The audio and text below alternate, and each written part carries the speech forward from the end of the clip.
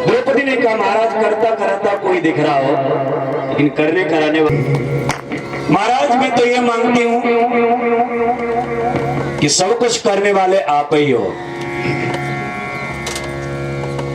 अर्जुन ने कहा द्रौपदी अगर ये बात है तो जाओ मैं प्रतिज्ञा करता हूं, जब तक तुम्हारे पुत्रों के पति को ला करके तुम्हारे सामने नहीं डाल दूंगा तब तक तुम्हें मुंह नहीं दिखाऊंगा।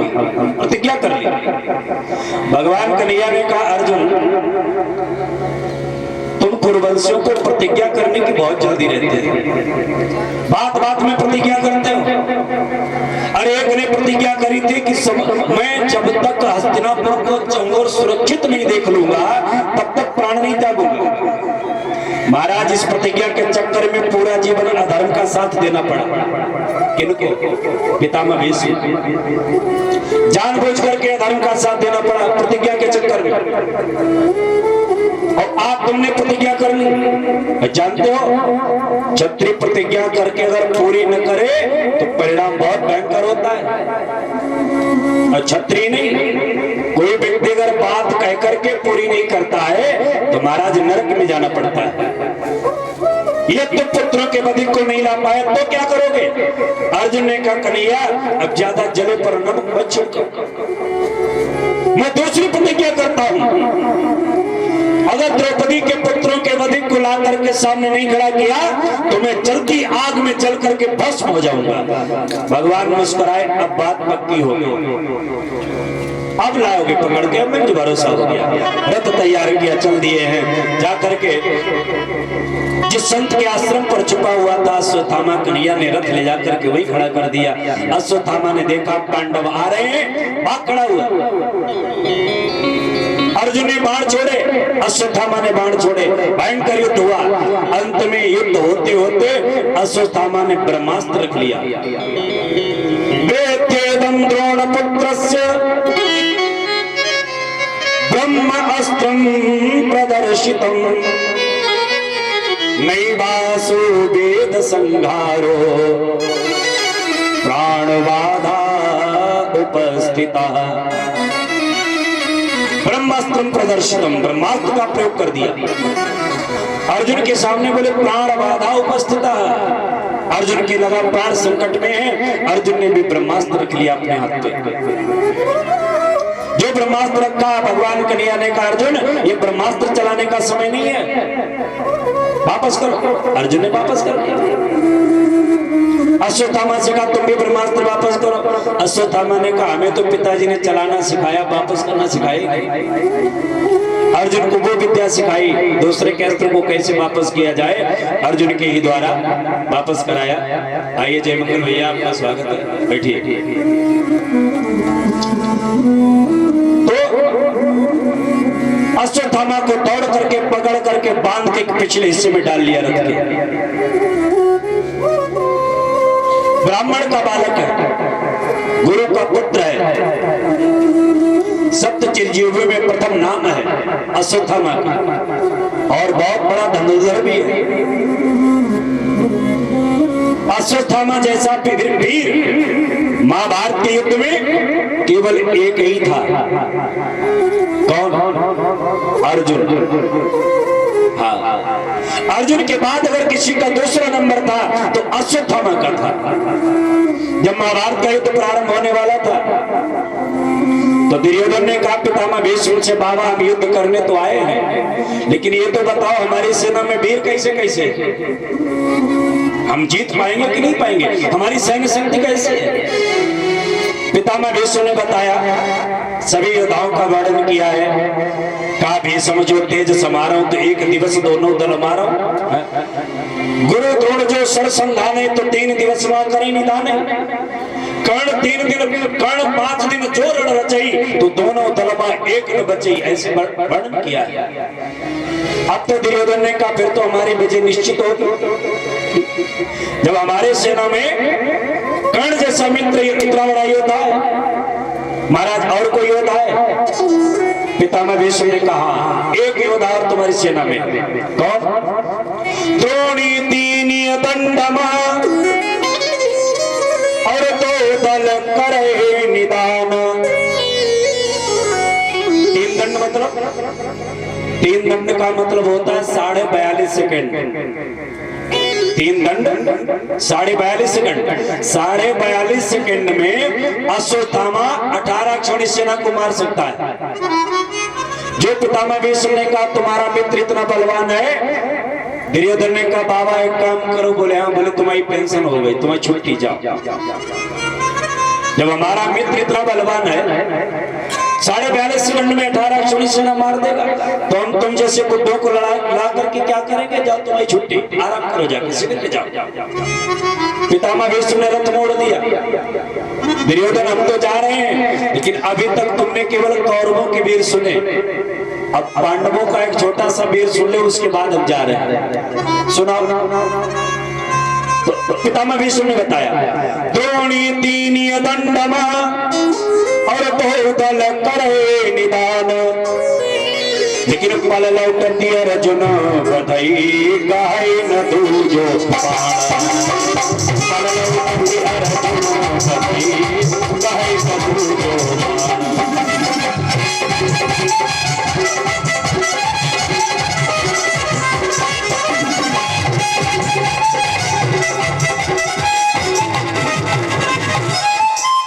पितामह भीष्म ने कहा द्रोणाचार्य वो अश्वत्थामा को तो 42.5 सेकंड लगेंगे 18 क्षौणी सेना को मारने में, लेकिन जो कुंती नंदन अर्जुन है, अर्जुन को कितना टाइम लगेगा? बोले जितनी देर में आंख का पलक नीचे से ऊपर जाता है इतनी देर में 18 क्षौणी सेना मार देगा अर्जुन। और जो सुना दुर्योधन ने अर्जुन इतना बलवान है, दौड़ करके चरणों को पकड़ लिया, बाबा अगर तुम गए तो तुमसे पहले हम जा रहे हैं। कितनी देर रुकेंगे अर्जुन के सामने? हम नहीं लड़ पाएंगे, हम पहले जा रहे हैं। पितामह भीष्म ने पकड़ा, पीछे से खींच लिया, क्षत्रिय के समर सकाना कुल कलंक पामरते जाना। जाओ मैं प्रतिज्ञा करता हूं कि काफी सम अब सुन रे कुरुनाथा, और 10 दिन के भार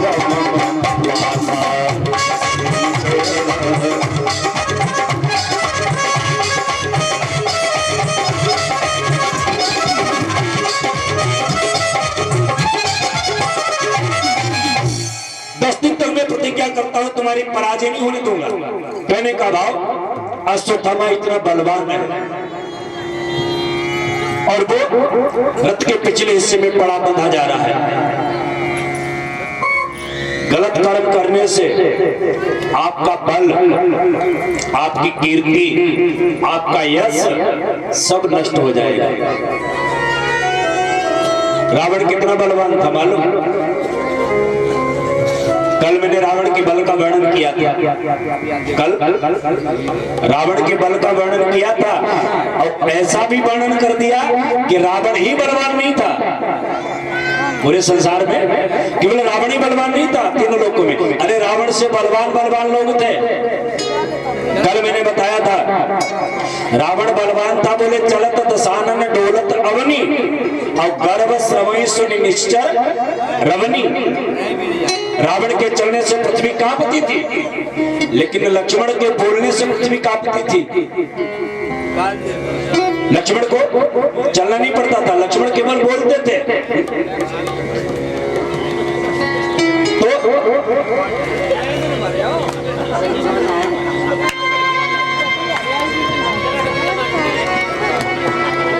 भाव रावण के बल का वर्णन कर हमने किया था।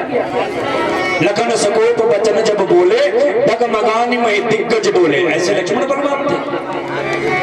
तो इतना बलवान रावण और जब सीता का हरण करके चला है तो तुलसीदास जी महाराज लिखते हैं, जो रावण आवत सुनो सकोहा देवनत तक मेरु गुरी खोआ, देवता लोग पर्वत की कंदराओं में छिप जाते थे, इतना बलवान रावण। और वो रावण जब सीता का हरण करके चला है तो तुलसीदास जी महाराज लिखते हैं कि 110 शीस स्वान के नारी, 110 शीस स्वान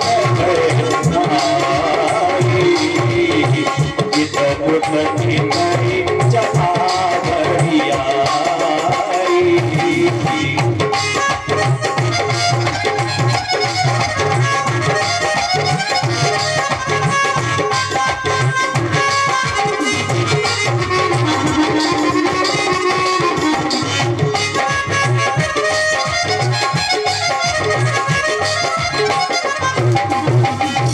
ऐसा बलवान रावण और सीता का हरण करके चला है तो तुलसीदास जी ने लिखा 110 शीस स्वान की नाई, कुत्ते की तरह। और तुलसीदास जी ने विचार किया कुत्ते भी बड़े बड़े वीआईपी होते हैं, कुत्ते भी आजकल कुत्तों के बड़े ठाठ हैं।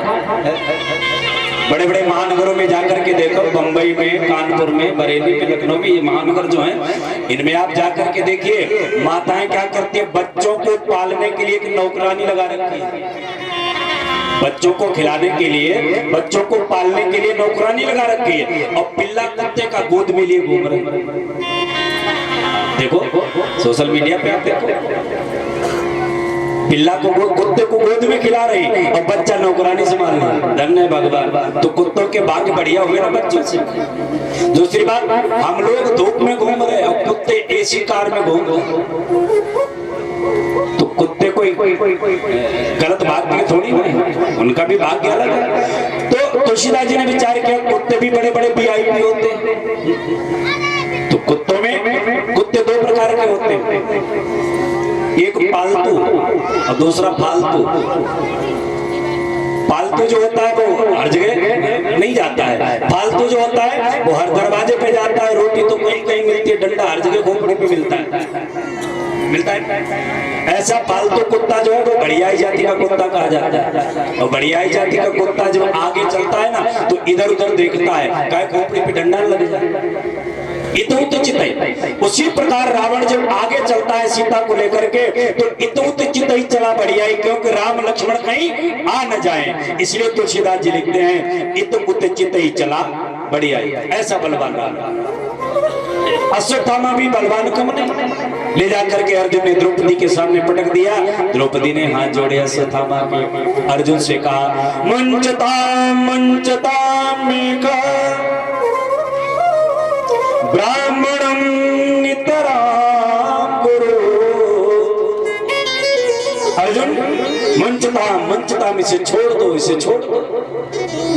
अर्जुन ने कहा द्रौपदी तुम उसे छोड़ने की बात कर रही हो जिसने तुम्हारे 5 पुत्र मार दिए, एक बार भी विचार नहीं किया, उसे छोड़ने की बात कर रही? अरे नहीं नहीं नहीं महाराज, मैं उसे छोड़ने की बात नहीं कर रही, मैं तो उसे छोड़ने की बात कर रही हूँ जिसके पिता के इतने बड़े उपकार है तुम्हारे ऊपर। अश्वत्थामा के पिता द्रोणाचार्य के कितने बड़े उपकार हैं। सरहस्यो धनुर्वेदा, सहित रहस्य के धनुर्वेद जिन्होंने तुम्हें सिखाया, जो विद्या अपने पुत्र को नहीं सिखाई द्रोणाचार्य ने, और वो विद्या भी तुमको सिखाई है। कई विद्या ऐसी थी जो द्रोणाचार्य ने अर्जुन को सिखाई, अश्वत्थामा को नहीं सिखाई। जैसे ब्रह्मास्त्र को चलाना और वापस करना अर्जुन को सिखाया, अश्वत्थामा को केवल चलाना सिखाया। और एक विद्या और थी जो केवल अर्जुन को सिखाई, बाकी किसी शिष्य को नहीं सिखाई। अश्वत्थामा की तो बातें छोड़ो, और वो विद्या कौन है? बोले चक्रव्यूह का भेदन। चक्रव्यूह का भेदन अपने पुत्र अश्वत्थामा को नहीं सिखाया, अर्जुन को सिखाया केवल। इसलिए आप इसे छोड़ दो। अब द्रौपदी का और धर्मराज का एक मत जो हो गया वो हो गया। अब ब्राह्मण को मार करके ब्रह्म हत्या का पाप न लिया जाए, इसलिए इसे छोड़ दिया जाए। भीम अर्जुन नकुल सहदेव का एक मत कि जिंदा नहीं छोड़ना चाहिए, मार ही देना चाहिए। अब चर्चा चल रही, कोई कहता मार दो, कोई कहता छोड़ दो, कोई कहता मार दो, कोई कहता छोड़ दो। भगवान कन्हैया चुपचाप खड़े एकांत में। अर्जुन ने देखा कन्हैया कुछ नहीं बोल रहे। अर्जुन गए कन्हैया के पास, प्रभु कोई कहता है मार दो, कोई कहता है छोड़ दो, आप कुछ क्यों नहीं बोल रहे? कन्हैया ने कहा जब हमसे किसी ने पूछा नहीं तो हम काहे को बताएं? बगैर पूछे सलाह नहीं देनी चाहिए। आजकल के जमाने में एक चीज हम लोगों को बहुत ज्यादा मिलती है और फ्री में मिलती है। कौन सी? सलाह। कोई काम करने की तैयारी करो तो सलाह देने वाले देखो कितने आते हैं। खैर ये तो समाज है। तो महाराज हमसे जब किसी ने पूछा नहीं तो हम काहे को बताएं? अर्जुन ने कहा आप तो पूछ रहे हैं, आप बताओ इसे मार दिया जाए कि छोड़ दिया जाए? तो भगवान कन्हैया ने कहा देखो अगर तुमने पूछा है तो हमारे शास्त्र इसका प्रमाण बनते हैं। तस्मात् शास्त्र प्रमाणन्ते कार्य कार्य व्यवस्थित। जब किसी प्रश्न का उत्तर न निकले तो शास्त्रों को उठा करके देखो, शास्त्र उसका निर्णय करेंगे। तुम्हारा शास्त्र क्या कहते हैं? भगवान कन्हैया ने कहा शास्त्र तो ये कहते हैं बोले ब्रह्म बंधुर न हन्तव्यम आतताई वधारणा। महाराज ब्रह्म बंधुर न हन्तव्यम, ब्राह्मण कैसा भी हो उसे मारना नहीं चाहिए। लेकिन अर्जुन दूसरी तरफ शास्त्र कहते हैं आतताई वधारणा, आतताई को जिंदा छोड़ना नहीं चाहिए।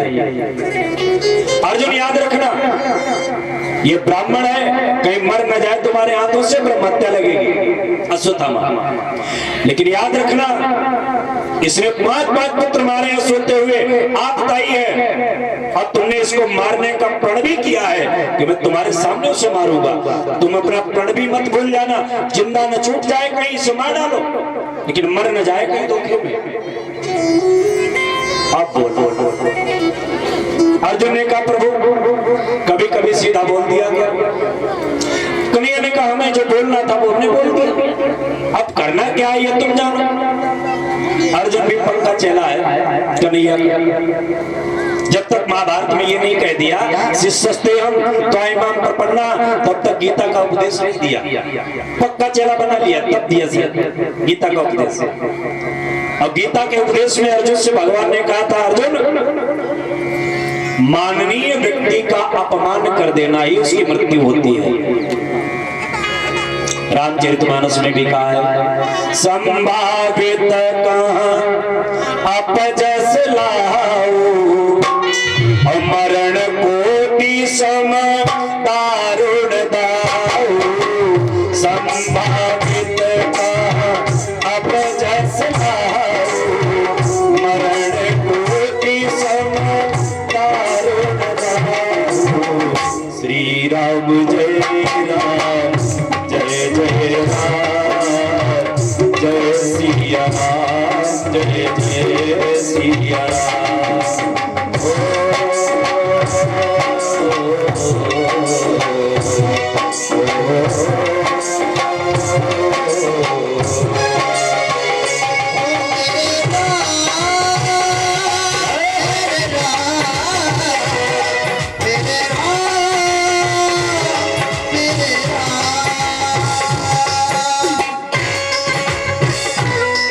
याद करेगा उतनी बार उतनी ही लंबी मौत मरेगा। इसलिए अर्जुन समझ गया कि माननीय व्यक्ति का अपमान ही उसकी मृत्यु है। तो अश्वत्थामा के सिर में 5 चोटी छोड़ दी, सिर मोड़ दिया, मस्तक से मणि निकाल ली, धक्के मार करके आश्रम से भगा दिया, अपने पुत्रों का दाह किया। अश्वत्थामा ने कहा पांडवों मैंने अपनी समझ से तुम्हारे वंश में एक दीपक का जलाने वाला छोड़ रखा था, अब नहीं छोड़ूंगा। 6 अग्निबाण छोड़े 5 पांडवों की तरफ और एक अभिमन्यु की पत्नी जो उत्तरा है उसके गर्भ की तरफ छोड़ा। 5 पांडवों का दाहकर्म, बच्चों का दाहकर्म करके पांडव लोग बैठ ही पाए थे, तब तक 5 अग्निबाण आते हुए देखे।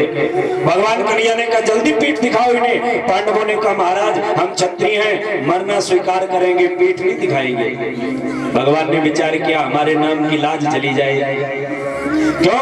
कन्हैया रक्षा करते रहे, पांडव फिर भी मारे गए, इसलिए 5 स्वरूप बनाए। 5 पांडवों को हृदय से लगा लिया, पीठ दोनों तरफ हो गई, बाण वापस आकर के धर्मराज से कहा हम द्वारिका चलना चाहेंगे। न चाहते हुए पांडवों ने विदाई दी, विदा करने के लिए चले।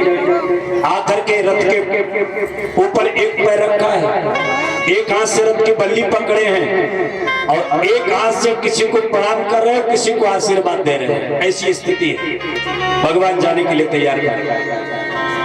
और तब तक क्या देखा, एक बाल विधवा भागती हुई चली आ रही है और कन्हैया के चरणों पर गिर गई और रोने लग गई है। पाई पाई मायोगिन देव देव जगतपते नान्यम तद्भयं बसे यत्र मृत्यो परस्परम। पाई पाई मैं आपकी शरण में हूँ, आपकी शरण में हूँ, आप मेरी रक्षा करें। भगवान ने झुक करके उठाया, क्या देखा, अभिमन्यु की पत्नी उत्तरा। अरे उत्तरा क्या हो गया, क्यों रो रही हो? उत्तरा ने कहा प्रभु मैं तो अपने प्राणनाथ प्रियतम के साथ सती होने जा रही थी, लेकिन मैं आपकी शरण में हूं, आप मेरी रक्षा करो। भगवान से कहा उत्तरा ने। भगवान ने कहा उत्तरा अगर कष्ट में हो तो तुम्हारे परिवार के लोग खड़े हैं, तुम्हारी सास खड़ी द्रौपदी, तुम्हारी अजिया सास कुंती खड़ी, अरे तुम्हारे ससुर खड़े अर्जुन जैसे धनुर्धर, इनके शरण में जाओ ना, ये तुम्हारी रक्षा करेंगे। द्रौपदी ने कहा, उत्तरा कहने लगी नहीं महाराज ये गलती हमारी सास ने की थी। उत्तरा कहती है ये गलती हमारी सास ने की थी। क्या? जब चीर खींचा गया तो इधर उधर भटकती रही, कहीं भीष्म की शरण में गई, द्रोणाचार्य की शरण में गई, कहीं धृतराष्ट्र की शरण में गई, लेकिन अंत में आपकी शरण में जाना पड़ा। और जब हमें पता है कि आपके सिवा कोई रक्षा कर ही नहीं सकता है, समर्थ कोई है नहीं, तो इधर उधर काय को भटके। इसलिए नान्यम तद्भयं बसे, आपके अलावा कोई दिख नहीं रहा। भगवान ने कहा उत्तरा मेरे लिए थोड़ी देर के लिए मात्र भाव बनाओ, माता बन जाओ। भगवान ने अपना प्रण तोड़ दिया, छोटा का स्वरूप बना करके गदा लेकर के प्रवेश किया गर्भ के अंदर, मृत शरीर में दोबारा प्राणों का संचार किया, ब्रह्मा अग्नास्त्र को शांत किया, भगवान बाहर निकल के आए। आज उत्तरा का गर्भ जो है वो तीर्थ बन गया। देखो बहुत सी माताएं आपने सुनी होंगी जिन्होंने भगवान को गर्भ में धारण किया, कौशल्या देव किया।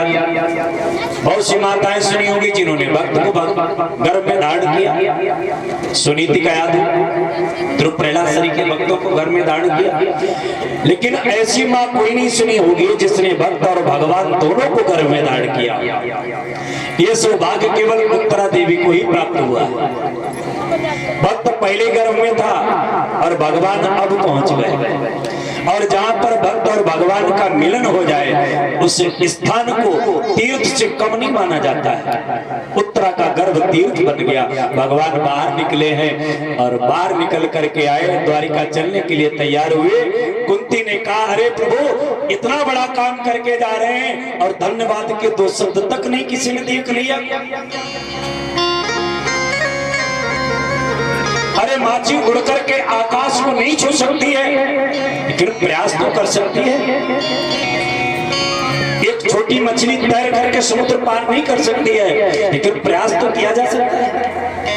हम भगवान भगवान के गुणानुवादों का वर्णन नहीं कर सकते अपनी वाणी के द्वारा, लेकिन प्रयास करने में क्या जाता है, तो प्रयास तो किया जाए।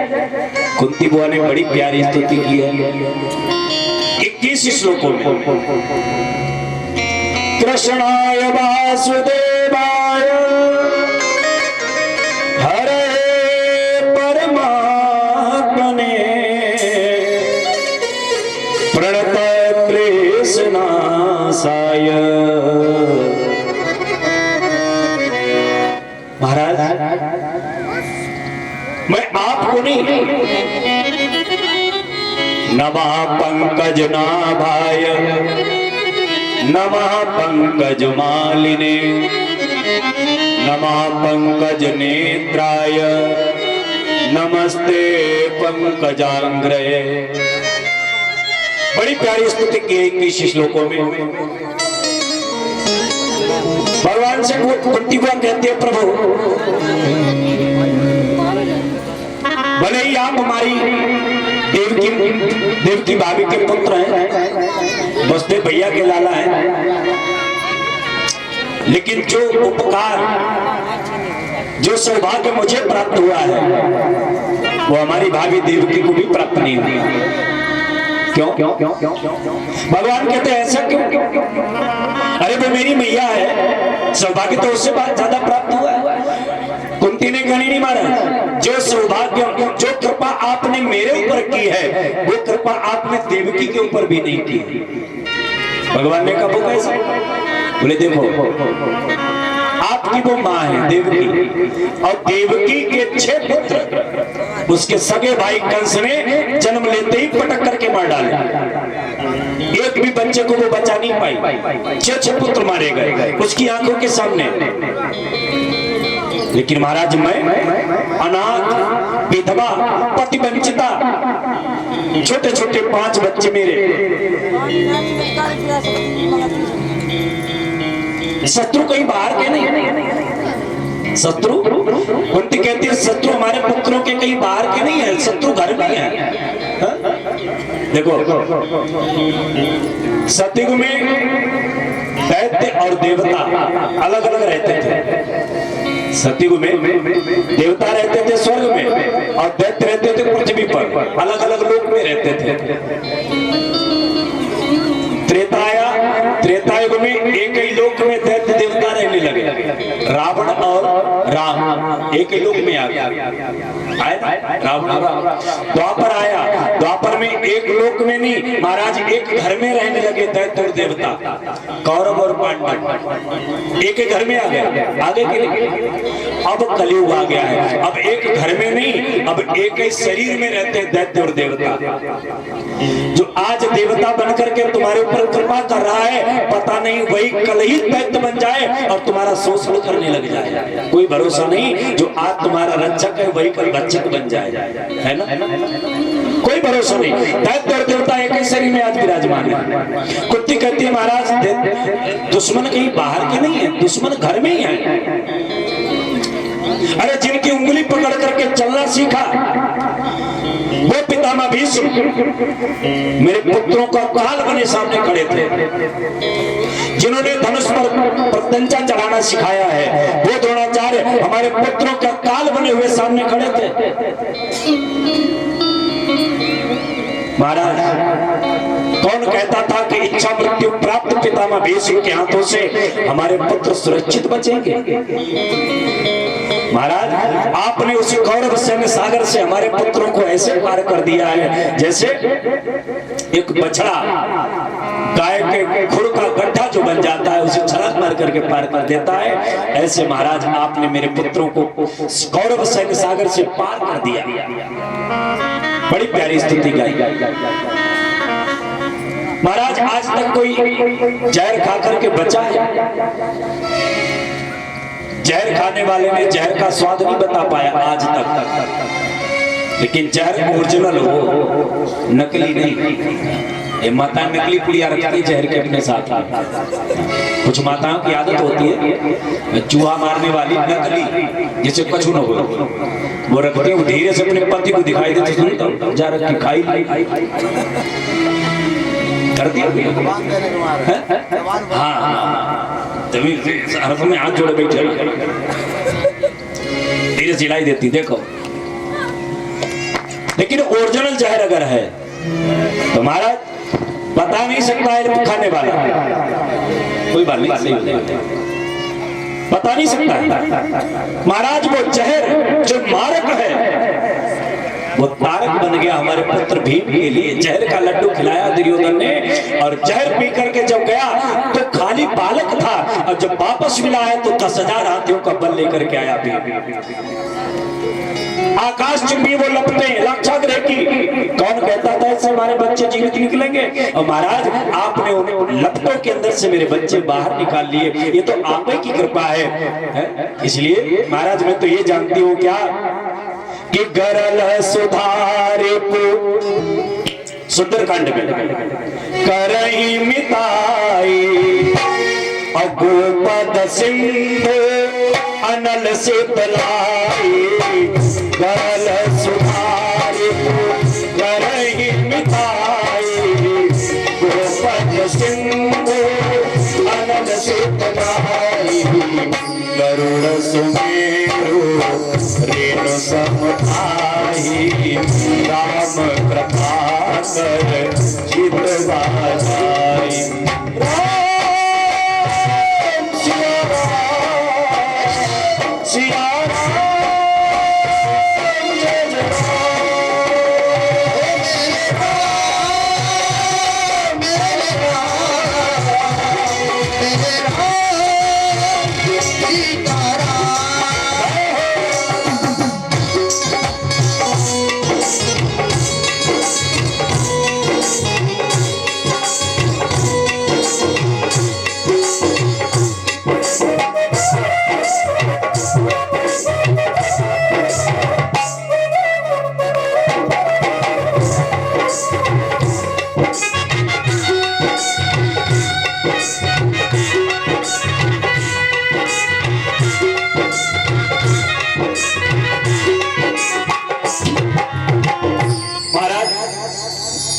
आपने हमारे ऊपर की कृपा तो आपने अपनी मैया देवकी पर भी नहीं की। भगवान कन्हैया ने कहा बुआ ये सारा का श्रेय तुम मुझे क्यों दे रही हो? अरे तुम्हारे पुत्र इतने बलवान थे, इतने पौरुषवान थे, जिनसे आकर के बड़े बड़े संकट टकरा करके वापस हो जाते थे। इसमें हमारी विशेषता कुछ नहीं। कुंती बुआ कहते प्रभु आज बचने की कोशिश मत करो। कई बार मैंने तुम्हारी भगवत्ता सत्ता महत्ता को समझने का जब प्रयास किया, मेरे मन ने माना कि ये साधारण बालक नहीं, ये निश्चित नारायण है। जब मेरे मन ने माना कि ये भगवान है, और तब तुमने धीरे से कान के पास मुंह किया और धीरे से कहा बुआ ये बुआ। और जो तुमने बुआ कहा मेरे पेट में लड्डू जैसा फूट गया, मैं बाबरी तुझे फिर भतीजा मान बैठी। लेकिन आज नहीं, आज तो मैंने तुम्हें पहचान लिया है और पहचान भी तब पाया है जब तुमने कृपा की है। क्यों? आपको बड़े बड़े संत महात्मा अमलात्मा विमलात्मा नहीं पहचान सकते, फिर कथम पश्चिम स्त्रिया मैं कैसे पहचान सकूं? ये आपकी कृपा है जो आपने मेरे ऊपर कृपा करके अपना परिचय मुझे दे दिया है। क्यों? सोई जा नहीं जही देहु जनाई और जानत तुम ही हुई जाई। जानत तुम ही हुई जाई। सही जानी जय देह जगाई। सही जानी जय देह जगाई। जानत तुम ही हुई जाई।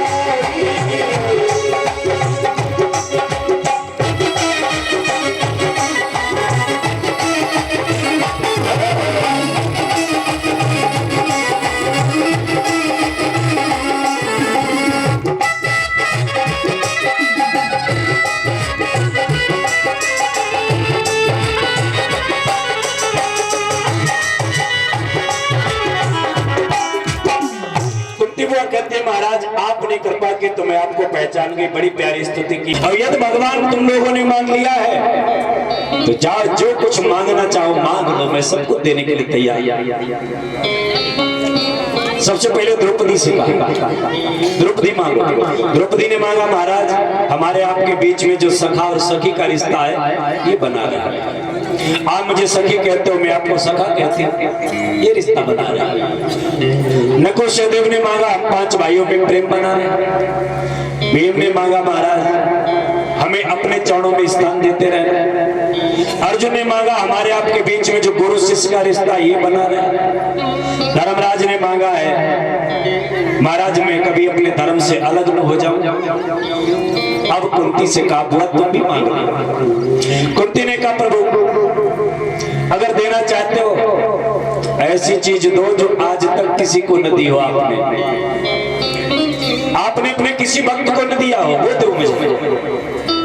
अब भगवान चक्कर में पड़ गए कि हमने ऐसा क्या है जो किसी को नहीं दिया। अरे सब कुछ तो दिया, यहाँ तक कि स्वयं पुत्र बन के चले गए, अपने आप को भी दे दिया, वैकुंठ तक दे दिया, अब बचे क्या हमारे पास। कुंती बुआ ने कहा, एक चीज है जो आपने अपने भक्त को कभी नहीं दी। क्या? भगवान कहते, बुआ जल्दी बताओ क्या नहीं दिया मैंने। कुंती बुआ कहती है कि कभी भगवान भक्तों को दुखी होने नहीं देते, दुखी होने नहीं देते। जैसे माँ बाप बच्चों को कभी रोने नहीं देते, कभी रोने नहीं देते। इसलिए महाराज आपने अपने किसी भक्त को आज तक दुख नहीं दिया। इसलिए आपसे निवेदन है, झोली फैला करके खड़ी हो गई। विपदा संतुना ससदे पत्र पत्र जगत गुरु भवतो दर्शनम यस्या पुनर्भव दर्शनम। महाराज अगर आप देना चाहते हो ना तो एक चीज तो बोले, क्या बोले? विपदा संतुना शाश्वत। हमारे कदम कदम पर आपत्ति विपत्ति ही आती रही, अब एक बार नहीं, शाश्वत, हर समय। शाश्वत माने हर समय हमारे कदम कदम पर आपत्ति विपत्ति आती रहे। भगवान ने दौड़ करके मुंह पे हाथ रख दिया, बुआ क्या मांग रही हो? क्या विपत्ति से तुम्हारा मन नहीं भरा? जन्म हुआ राजा सूरसेन के घर, लालन पालन हुआ कुंती भोज के घर, बाल्यावस्था में माता के पिता के पास व्यतीत नहीं हुई।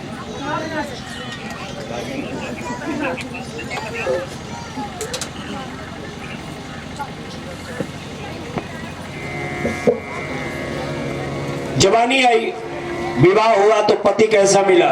बोले पांडु रोग से ग्रसित है। बच्चे हुए तो कभी बच्चों को जुए में, दूध क्रिया भवन में अपमानित किया जा रहा है।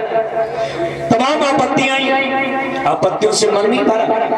कुंती बुआ ने कहा, प्रभु जब जब मेरे सामने आपत्ति आई, विपत्ति आई, आप मेरे सामने आए।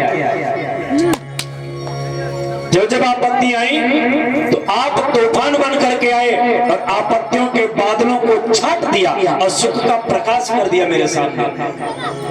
और आज जब सुख आ गया, दुख गया, सुख आया, आपने हाथ जोड़े, बुआ अब हम चले। हमें तो ये लगता है दुख में आप मेरे पास हो और सुख में हमसे दूर हो जाते हो।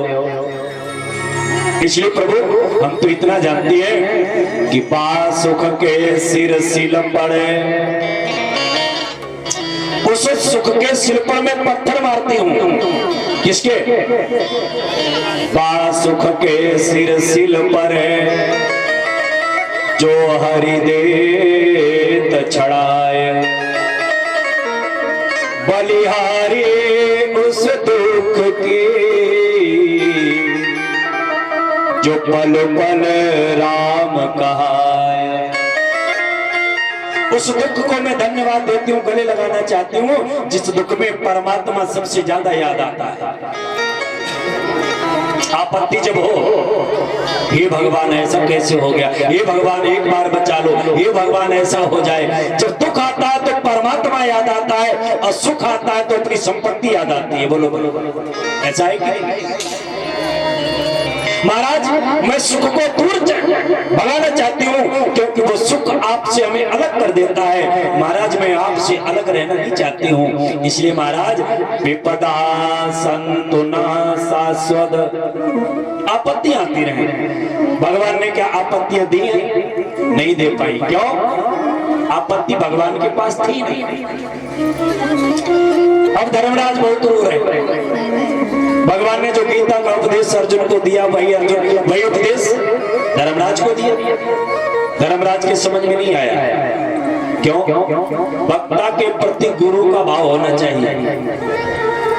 जब तक आप वक्ता की उम्र देखेंगे, जब तक वक्ता का आप ज्ञान देखेंगे, जब तक वक्ता की आप योग्यता देखेंगे, जब तक वक्ता की आप रिश्ते देखेंगे, रिश्ता देखेंगे, तब तक आप वक्ता के प्रति जो बोला जा रहा है उसको समझ नहीं पाएंगे। जैसे कि माना आपके गांव में ये बिटिया शिखा किशोरी बहुत अच्छी कथा करती है, हमारी ही शिष्य है, बढ़िया कथा करती है। और व्यास गद्दे पर बैठ करके कथा कहने लग जाए और आप सोचो का तो कल पैदा भाई बे लली सिखाए बेखजाने, आपके एक भी शब्द समझ में नहीं आएगा। अरे जब अमित तुरंत में बटी बैठे जब प्यास की वो पिए सब लोग इतने पी रहा है। अरे राम ये लपट नहीं चल बोले